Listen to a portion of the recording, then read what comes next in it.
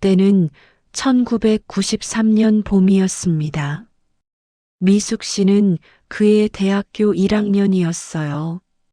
전라도 시골에서 올라온 새내기, 서울 생활이 낯설고 무섭고 그러면서도 설레던 그 시절이요.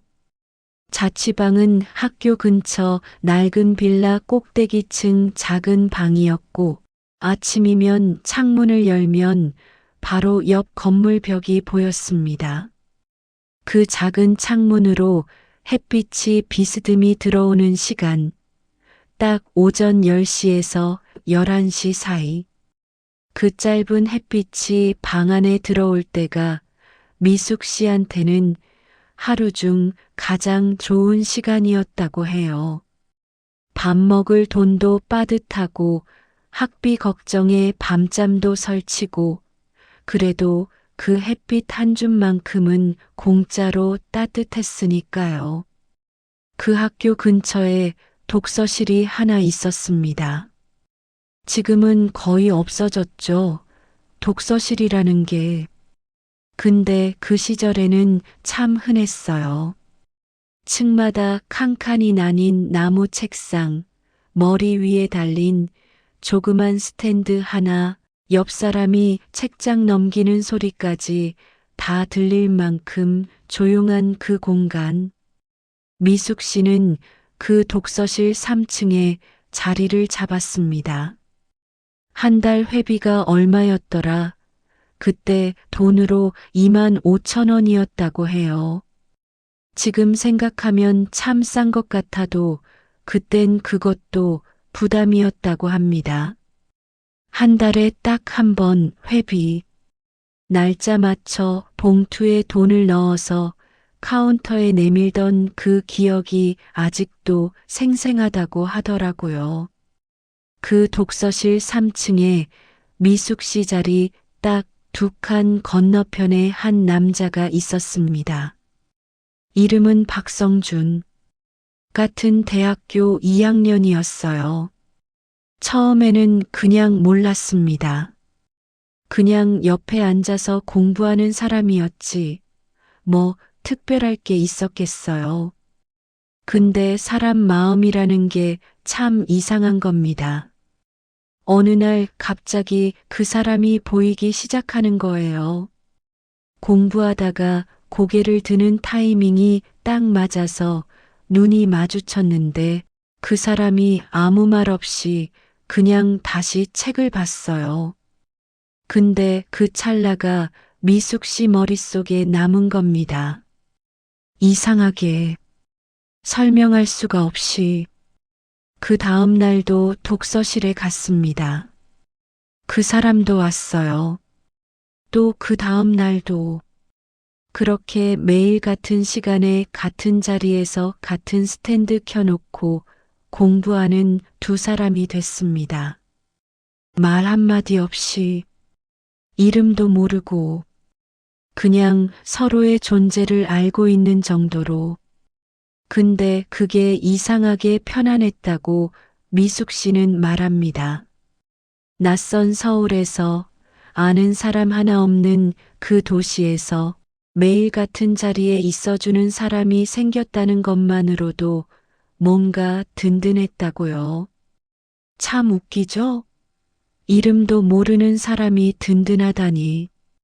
처음 말을 나눈 건 독서실에 온 지 한 달쯤 됐을 때였습니다. 미숙 씨가 연필을 떨어뜨렸어요. 그 연필이 대굴대굴 굴러서 성준 씨 발 앞에 가서 멈췄습니다. 성준 씨가 허리를 숙여서 연필을 집어 건네줬어요. 미숙 씨가 감사합니다 하고 받았습니다. 성준 씨가 아니에요 하고 다시 책을 봤습니다. 딱 거기까지였어요. 근데 그날 미숙 씨는 집에 가는 길이 어쩐지 가볍더랍니다. 허공을 걷는 것 같은 기분. 아, 그거 있잖아요. 누군가 나한테 처음으로 말을 걸어줬을 때의 그 기분. 별거 아닌 것 같아도 가슴이 콩닥거리는 그 기분. 그게 시작이었습니다. 그 다음부터는 가끔 눈이 마주치면 살짝 고개를 끄덕이게 됐어요. 그게 인사였습니다. 말은 없고 눈빛으로만 나누는 인사. 독서실 문 닫는 시간이면 같은 방향으로 걸어가다가 어느 골목에서 자연스럽게 갈라지는 것도 패턴이 됐어요. 성준 씨가 먼저 잘 가요 하고 간 적도 있었고, 미숙 씨가 먼저 골목으로 꺾어 들어간 적도 있었습니다. 그게 전부였어요. 근데 그게 전부가 아니었어요. 미숙 씨 마음속에서는 봄이 지나고 여름이 왔습니다. 독서실 에어컨이 고장나서 선풍기 하나로 버티던 그 여름. 미숙 씨 기억에 따르면 성준 씨가 어느 날 음료수를 하나 사와서 미숙 씨 책상 위에 살짝 놓고 갔다고 합니다. 아무 말 없이. 포카리 스웨트였다고 해요. 그 하늘색 캔. 미숙 씨는 그걸 바로 못 마셨대요. 한참을 그냥 쳐다봤다고. 이게 나한테 준 게 맞나? 실수로 내 자리에 놓고 간 건 아닐까? 혼자 별의별 생각을 다 하다가 결국 마셨는데, 그게 세상에서 제일 맛있는 포카리 스웨트였다고 합니다. 지금도 포카리 스웨트 마실 때마다 그 여름이 생각난다고 하더라고요. 그 여름 내내 두 사람은 그렇게 지냈습니다. 말은 없고 마음만 쌓이는 시간. 성준 씨가 가끔 음료수를 사다 놓으면 미숙 씨가 다음날 과자를 하나 사다 놓는 식으로. 그게 두 사람만의 방식이었어요. 직접적인 말은 없지만 뭔가를 주고받는 그 조심스럽고 서툰 방식. 지금 생각하면 참 귀엽죠? 음료수 하나로 마음을 전하던 스물 전후의 그 시절이 가을이 됐습니다. 어느 날 성준 씨가 독서실에 안 왔어요. 하루 이틀이 지나도 안 오더라고요. 미숙 씨는 그게 이상하게 신경 쓰였습니다. 아픈 건지, 다른 독서실로 옮긴 건지, 아니면 그냥 공부를 안 하기로 한 건지 물어볼 수도 없었어요. 이름도 몰랐으니까, 연락처도 없었으니까, 그냥 기다리는 수밖에 없었습니다. 그 사람 자리만 슬쩍 쳐다보면서 일주일 만에 성준 씨가 돌아왔습니다. 감기였다고 나중에 알았어요. 어떻게 알았냐고요? 성준 씨가 돌아온 날 코를 훌쩍이면서 앉았거든요. 미숙 씨는 그날 가방에서 종이 손수건을 꺼내서 성준 씨 책상 위에 살짝 밀어줬습니다. 성준 씨가 잠깐 쳐다보다가 감사합니다 했어요. 미숙 씨가 아니에요 했습니다.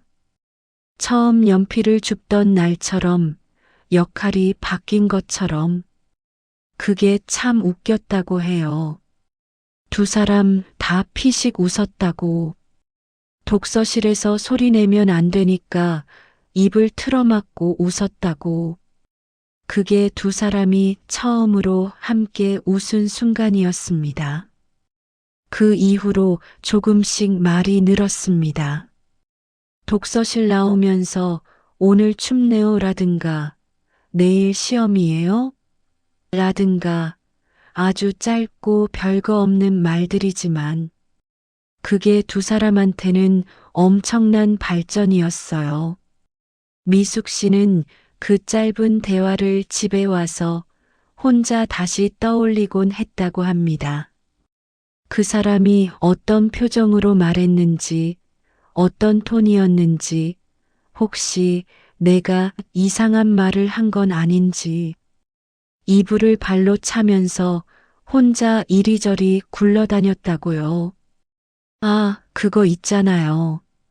누군가를 좋아할 때 집에 와서 혼자 복귀하는 그 시간.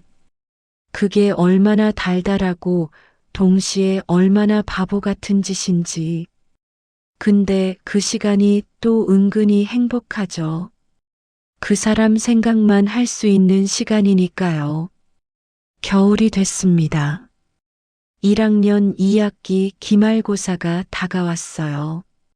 독서실은 고사 기간에는 더 붐볐습니다.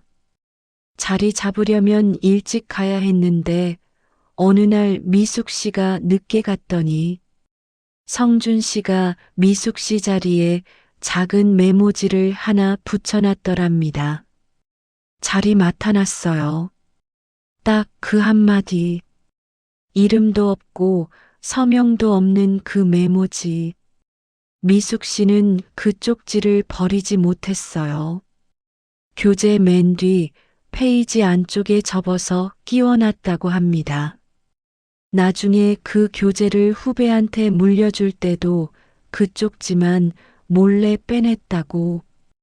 그게 그 시절 성준 씨한테 받은 유일한 종이 쪽지였으니까요. 그렇게 1학년이 끝나고 방학이 됐습니다. 미숙 씨는 고향으로 내려갔어요. 독서실도 잠깐 쉬고. 근데 고향에서도 그 사람 생각이 났다고 합니다. 특별한 이유가 없어도 그냥 밥 먹다가 길 걷다가 잠들기 전에 이름도 모르는 사람을 이렇게 많이 생각하는 게 말이 되나 스스로 황당하면서도 멈출 수가 없었다고 해요. 그때 미숙 씨가 방학 내내 한 일이 뭔지 아세요? 편지를 썼습니다. 당연히 못 붙이는 편지. 받을 사람 주소도 모르고 이름도 몰랐으니까 그냥 쓴 거예요.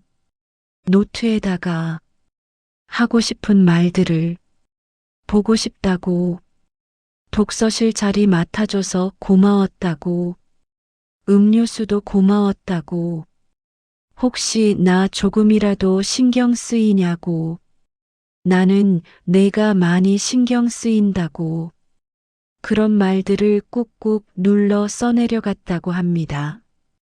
그 편지를 결국 보내지 못했어요. 당연히 그냥 노트 한 권에 접어서 고향 방 책상 서랍에 넣어뒀다고 합니다. 2학년이 시작됐습니다. 미숙 씨가 다시 서울로 올라와서 독서실에 갔어요. 성준 씨가 있었습니다. 둘 다 어색하게 웃었어요. 방학 동안 잘 지냈냐고 성준 씨가 먼저 물었습니다. 미숙 씨가 네, 잘 지냈어요 하고 답했어요. 그게 다였는데 그게 충분히 반가웠다고 합니다. 다시 시작된 일상, 다시 같은 자리, 같은 스탠드, 같은 시간. 근데 뭔가 조금 달라진 게 있었어요. 말이 좀 더 자연스러워졌습니다. 독서실 나오면서 가끔 편의점에 들르기도 했어요. 같이 아무 말 없이 자연스럽게. 이게 데이트냐 아니냐 그런 규정 같은 건 없었고 그냥 같이 걷다 보니 편의점에 들어가게 됐고 같이 뭔가를 고르다 보니 계산을 하게 됐고 나오다 보니 각자 집 방향으로 걸어가게 됐어요.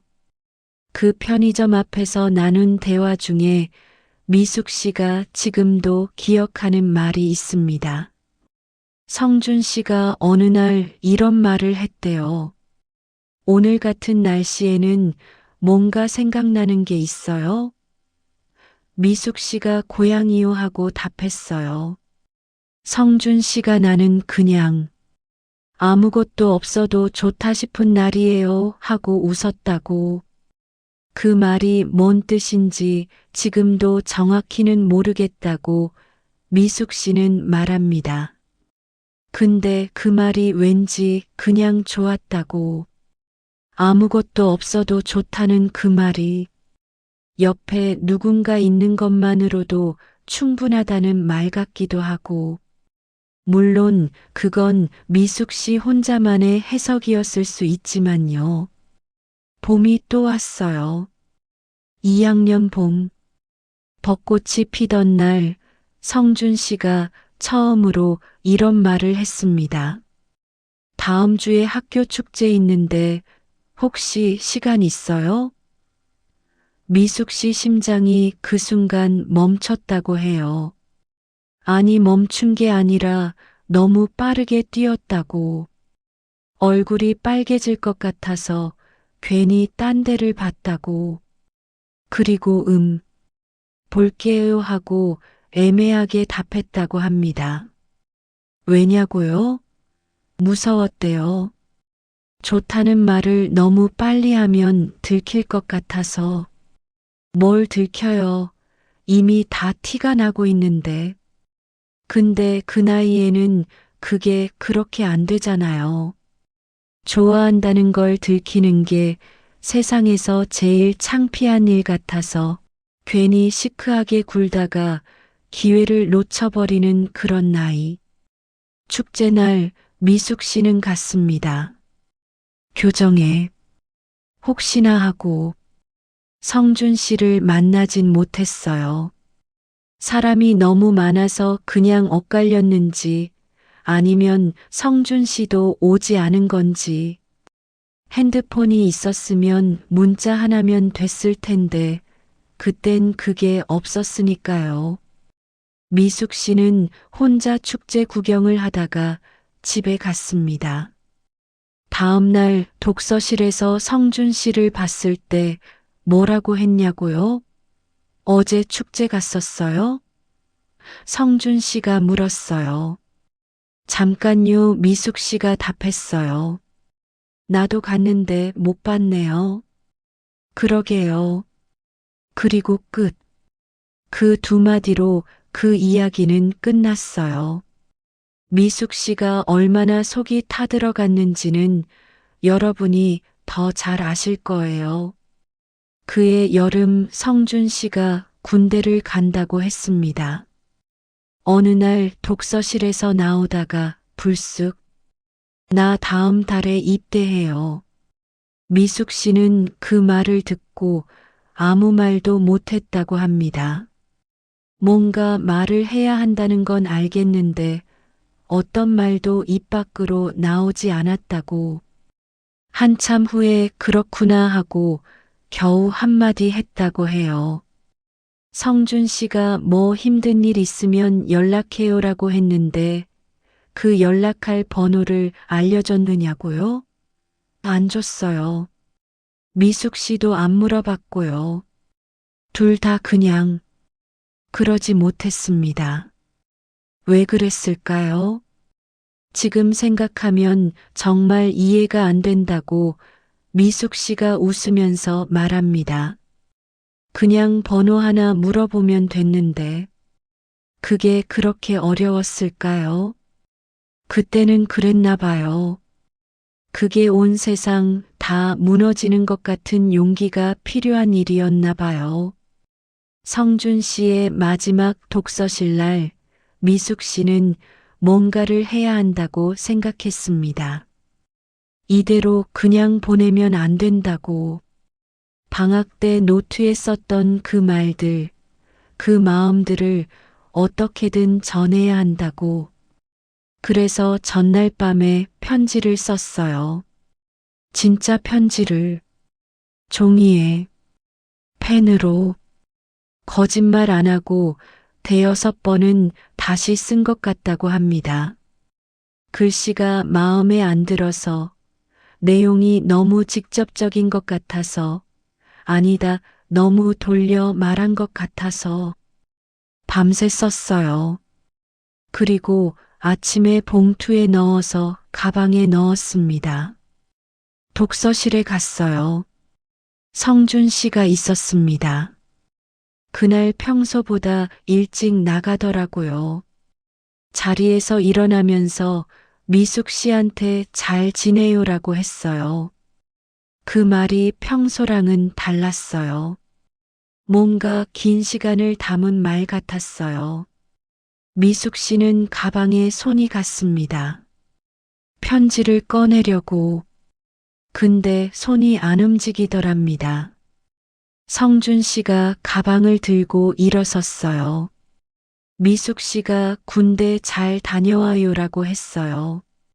성준 씨가 웃으면서 네, 잘 있어요라고 했어요. 그리고 걸어 나갔습니다. 문이 닫혔어요. 미숙 씨는 가방 안에 손을 넣어서 편지를 꺼냈습니다. 혼자 보낼 곳 없는 편지를 손에 쥐고 한참 앉아 있었다고 합니다. 그날 공부는 하나도 못했다고요. 당연하죠. 그 이후로 성준 씨를 본 적이 없었습니다. 군대에서 연락이 올 리도 없었고 미숙 씨도 연락할 방법이 없었으니까요. 그냥 그렇게 자연스럽게 아무 마무리 없이 그 시절이 끝났습니다. 졸업하고 취직하고 결혼하고 아이 낳고 식당 차리고 인생이 앞으로만 흘러갔어요. 가끔 포카리 스웨트를 마실 때, 가끔 독서실 앞을 지나칠 때, 가끔 봄에 벚꽃이 필 때 그 이름이 스쳐가는 정도였습니다.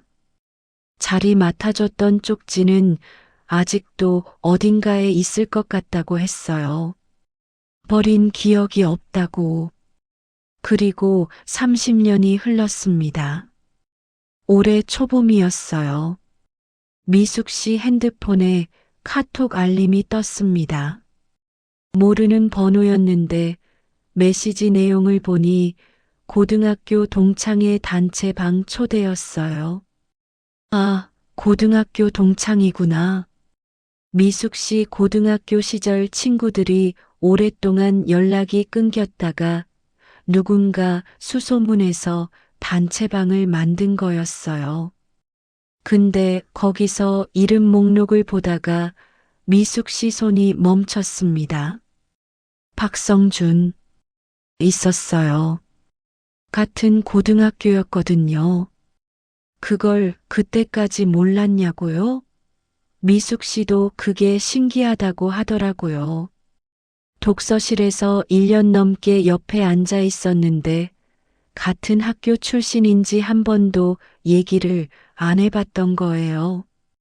이름도 몰랐고 물어볼 생각도 못했고 그러니까 같은 고등학교 나온 것도 몰랐던 거죠. 그 이름을 보는 순간 미숙 씨는 뭔가 심장이 내려앉는 기분이 들었다고 합니다. 이상하게 이 나이에 내가 왜 이러나 싶으면서도 그날 저녁 남편한테 동창회 가도 돼? 라고 물었어요. 남편이 누가 막아? 하고 대답했대요. 미숙 씨가 응 그냥 했다고. 그리고 혼자 방에 들어가서 옷장을 열었습니다. 여러분, 평소에 5분이면 옷 고르는 분이 동창회 전날 밤에 옷장 앞에서 1시간을 서 있다면 그게 무슨 뜻인지 우리 다 알잖아요. 미숙 씨도 알면서 몰랐다고 합니다. 아니 알면서 인정하기 싫었던 거겠죠. 이 나이에 내가 무슨 생각을 하고 있는 건지. 근데 손이 멈추질 않는 거예요. 이 옷은 너무 아줌마 같고, 이 옷은 너무 젊어 보이려는 것 같고, 이 옷은 색이 안 예쁘고. 딸이 방문을 열다가 엄마 어디 소개팅가? 하고 물었대요. 미숙 씨가 야, 동창회야, 동창회 하고 소리쳤다고. 딸이 왜 반응이 커 하고 웃으면서 나갔다고요. 미숙 씨는 그 말에 뜨끔해서 결국 제일 평범하고 수수한 옷을 골랐대요. 일부러 막 신경 쓴 것처럼 보이면 안 되니까. 참 웃기죠? 신경 쓰면서 신경 안 쓴 척. 동창의 날 아침 미숙 씨는 괜히 일찍 일어났어요. 남편이 출근하고 혼자 밥 먹으면서 핸드폰을 봤는데 단체방이 시끄러웠습니다. 나간다. 나도 간다. 몇 시에 가? 어디서 봐? 성준 씨 이름은 없었어요. 미숙 씨가 슬쩍 확인했다고 합니다. 안 온다는 말도 없었고, 온다는 말도 없었고, 그냥 조용했어요. 동창의 장소는 수원 시내 한 고깃집이었어요. 미숙 씨가 조금 일찍 도착했습니다. 친구들이 하나둘씩 왔어요. 30년이라는 시간은 사람 얼굴에 고스란히 쌓이더라고요. 그래도 웃는 모습은 그대로였어요. 목소리도 비슷했어요. 사람이라는 게 참 신기한 게 머리가 희끗해지고 살이 찌고 주름이 생겨도 그 사람이 그 사람인 거 딱 알아보게 되더라고요. 오래된 냄새 같은 거, 그게 있어요. 추억의 냄새. 미숙 씨는 자리에 앉아서 웃고 떠들면서도 자꾸 문 쪽을 봤다고 합니다. 오나 안 오나. 1차 식사가 거의 끝나갈 무렵이었어요. 2차 장소 얘기가 나오던 참에 문이 열렸습니다. 늦게 왔다면서 두 사람이 들어왔어요. 그중 한 명이 박성준이었습니다. 미숙 씨는 봤어요. 그 순간 30년이 지났는데도 이상하게 알아봤어요. 머리는 반백이 됐고 배가 좀 나왔고 안경을 썼는데 근데 그 웃을 때 눈 찡그리는 버릇. 그게 그대로였거든요. 사람의 어떤 부분은 변하지 않더라고요. 딱 눈이 마주쳤습니다. 아주 잠깐. 그 사람이 먼저 알아봤는지 미숙 씨가 먼저 알아봤는지 모르겠지만 둘 다 그 찰나에 멈칫했어요. 그리고 각자 표정을 수습했습니다. 자연스럽게, 어른스럽게, 마치 아무 일도 없었던 것처럼.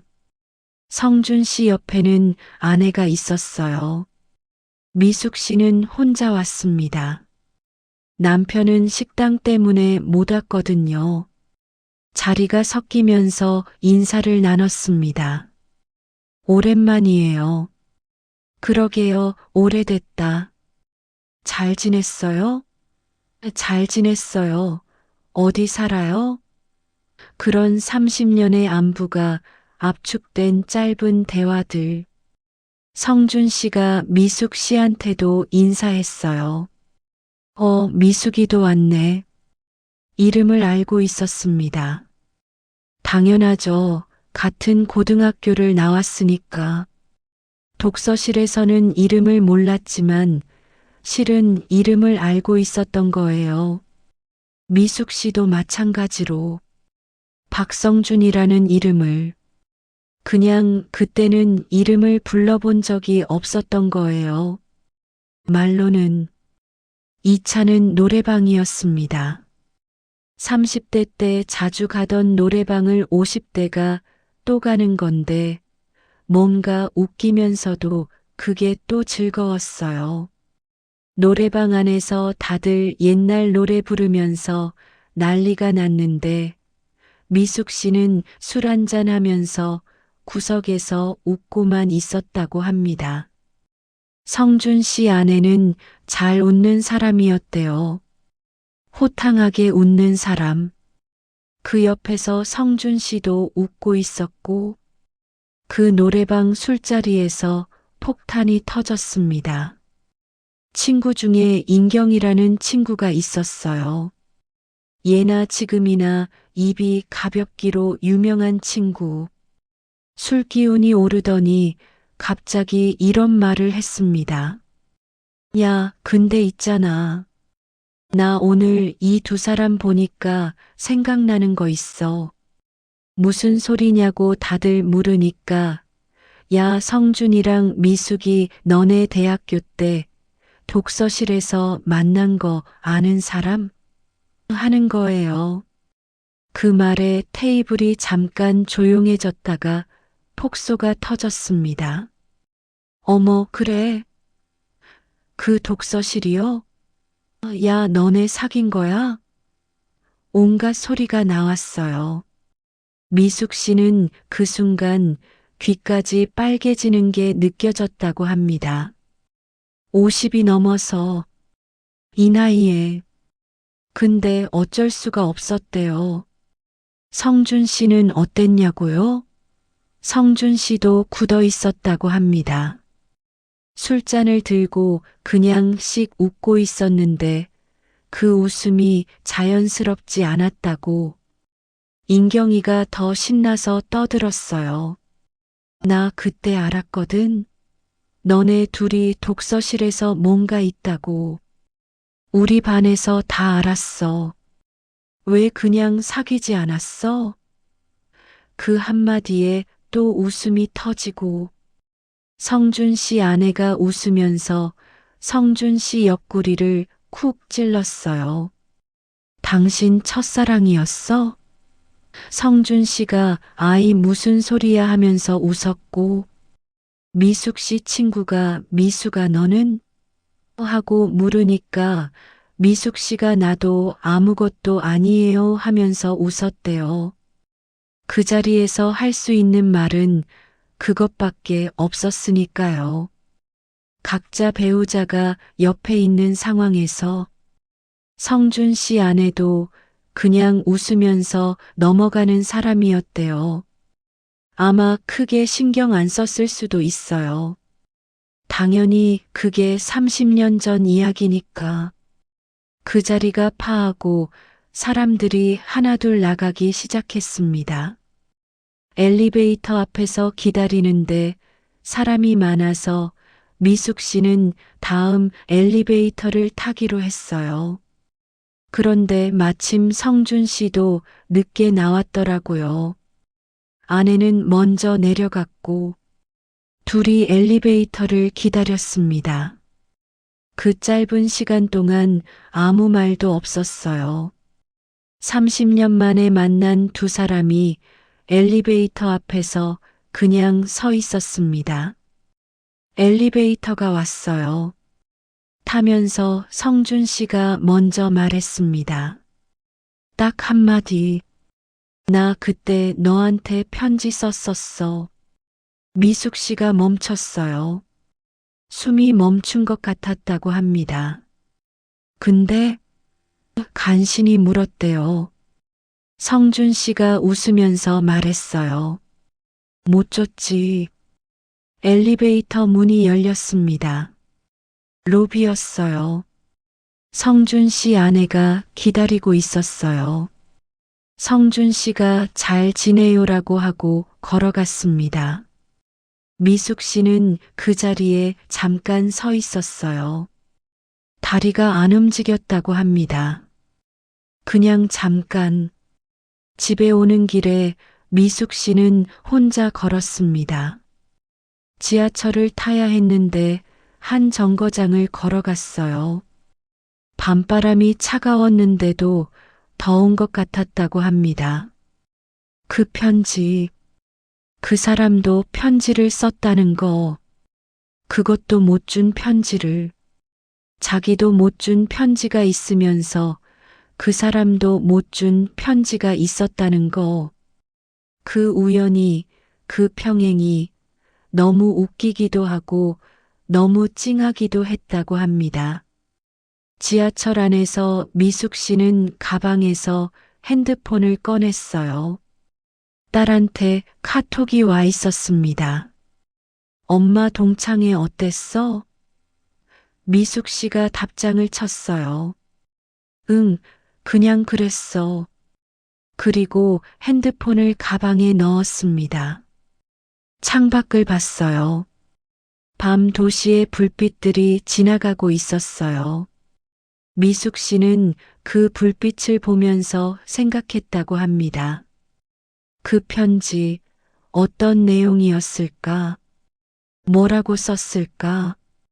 어떤 글씨였을까? 받아봤으면 어땠을까? 물론 이제는 알 수 없어요. 영원히. 근데 미숙 씨는 그게 이상하게 괜찮았다고 했어요. 모르는 채로 남겨둬도 괜찮다고. 그 편지가 어떤 내용이든 간에 그 사람이 그 편지를 썼다는 것만으로 충분하다고. 그게 30년 만에 도착한 거라고. 집에 돌아와서 미숙 씨는 남편이 자고 있는 방 옆에 살짝 들어가서 자리에 누웠어요. 남편이 코를 골고 있었대요. 미숙 씨가 그 소리를 들으면서 피식 웃었다고 합니다. 참 웃기죠. 30년 전 편지 이야기를 듣고 와서 코고는 남편 옆에서 피식 웃는 것도. 근데 그게 나쁘지 않았대요. 오히려 따뜻했대요. 지금 이 자리, 이 일상, 이 코고는 소리가 그게 다 괜찮다고 느껴지는 이상한 밤이었다고요. 미숙 씨가 그 이야기를 저한테 털어놓으면서 마지막에 이런 말을 했습니다. 있잖아요. 그때 왜 말을 못했을까? 이제는 안 억울해요. 근데 이상하게 그 시절이 더 소중하게 느껴지는 거 있죠? 말 못한 채로 쌓아뒀던 그 마음들이 지금 와서 생각하면 진짜 순수했던 것 같아서요. 아무것도 바라지 않고 그냥 그 사람이 거기 있으면 좋았던 그 마음. 그게 어쩌면 제 인생에서 제일 깨끗한 감정이었을 수 있거든요. 저는 그 말을 듣고 한동안 아무 말을 못했습니다. 깨끗한 감정. 그 말이 오래 남더라고요. 여러분 생각해 보면 우리 누구에게나 그런 사람이 한 명씩은 있지 않을까요? 말 못한 채로 끝난 사람. 이루어지지 않은 게 아니라 이루어질 뻔했던 사람. 그 사람을 생각할 때 지금도 왠지 가슴 한켠이 살짝 간질거리는 그런 사람. 그게 첫사랑이든 짝사랑이든 아니면 이름도 없는 감정이든 간에 그 감정이 부끄러운 게 아니에요. 그 마음이 있었다는 게 오히려 그 시절을 살아있게 만들어준 거니까요. 못 받은 편지 한 장, 못 붙인 편지 한 장. 어쩌면 그 편지들이 30년이라는 시간을 통해서 이렇게 전해진 건 아닐까요? 말 대신 눈빛으로, 눈빛 대신 음료수 한 캔으로, 음료수 한 캔 대신 자리 하나 맡아둔 쪽지로, 그렇게 작은 것들로 마음을 주고받던 그 시절 두 사람 모두에게 그 시간은 충분히 특별했을 겁니다. 비록 그게 완성되지 않은 이야기였을지라도 저는 오늘 이 이야기를 전하면서 문득 이런 생각이 들었어요. 완성되지 않은 이야기에도 아름다움이 있다는 것. 오히려 완성되지 않았기 때문에 더 오래 남는 게 있다는 것. 다 이루어진 것보다 아슬아슬하게 닿을 듯 말 듯 했던 그 경계가 마음속에 더 깊이 새겨지는 법이잖아요. 미숙 씨는 그 독서실 시절을 이렇게 기억합니다. 스탠드 하나 켜놓고 조용히 공부하던 그 공간, 연필 하나가 굴러가는 소리, 포카리 스웨트 하늘색 캔, 교재 뒤에 끼워둔 작은 쪽지 하나, 그리고 말 한마디 없이 같은 방향으로 걸어가던 밤길. 그 모든 것들이 지금도 가슴 어딘가에 고이 접혀 있다고요. 낡은 편지처럼, 누렇게 바랬지만 버리지 못한 편지처럼. 오늘 이야기 어떠셨나요? 혹시 여러분 가슴 속에도 이런 사람이 있으신가요? 말 못하고 끝난 그 사람. 지금도 가끔 이름 없이 떠오르는 그 얼굴. 그 이야기가 있으시다면 댓글로 살짝 꺼내놓고 가세요. 여기는 안전한 곳이에요. 우리끼리만 아는 공간이에요. 부끄럽지 않아요. 그 마음이 얼마나 오래됐든 간에 그 마음이 있었다는 건 그 시절 여러분이 살아 있었다는 증거니까요. 오늘 이 시간이 여러분 마음속 어딘가를 살짝 건드렸기를 바랍니다. 기분 좋게, 따뜻하게, 혹은 아주 조금은 애틋하게, 그걸로 충분합니다. 이런 이야기가 좋으셨다면 구독과 좋아요 부탁드려요. 저는 이곳에서 계속 이런 이야기를 전하려고 합니다. 대단하지 않아도 되는 이야기, 화려하지 않아도 되는 이야기, 그냥 우리네 평범한 삶 속에서 빛나는 그런 이야기들을요. 그 이야기가 때로는 여러분 자신의 이야기이기도 하고, 때로는 누군가의 이야기가 내 이야기처럼 느껴지기도 하고, 그런 시간을 여러분과 함께 만들고 싶습니다. 댓글에 여러분의 이야기도 남겨주세요. 짧아도 됩니다. 한 줄이어도 됩니다. 그냥 나도 그런 사람이 있었어요. 한마디도 충분합니다. 그 한마디가 누군가에게는 위로가 되고 누군가에게는 용기가 될 수도 있으니까요. 오늘 함께 해주셔서 감사합니다. 또 만나요. 못 받은 편지 한 장, 그 온기가 오늘 여러분 곁에도 닿기를 바라면서